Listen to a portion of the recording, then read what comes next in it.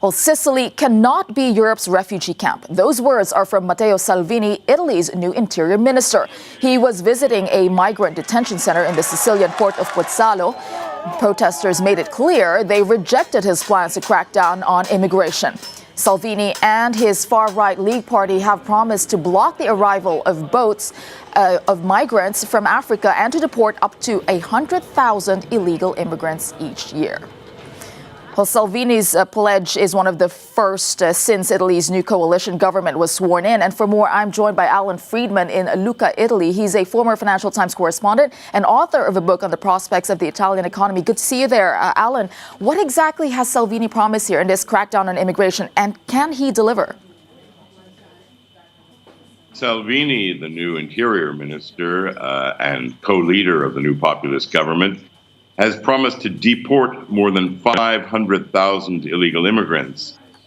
He hasn't said where he will send them back to. These are people without any paperwork.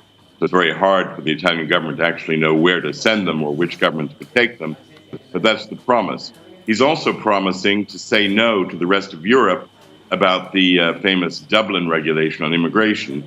And he's taking a generally hard line in a populist government which is still facing its confidence vote in the next day or two.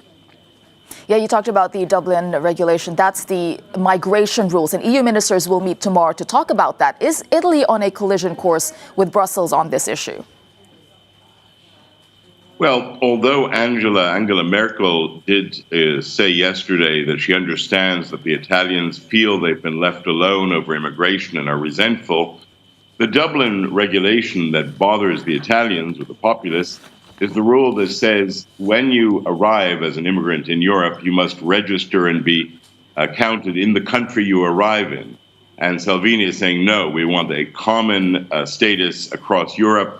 We don't want Italy to end up taking the refugees or the immigrants.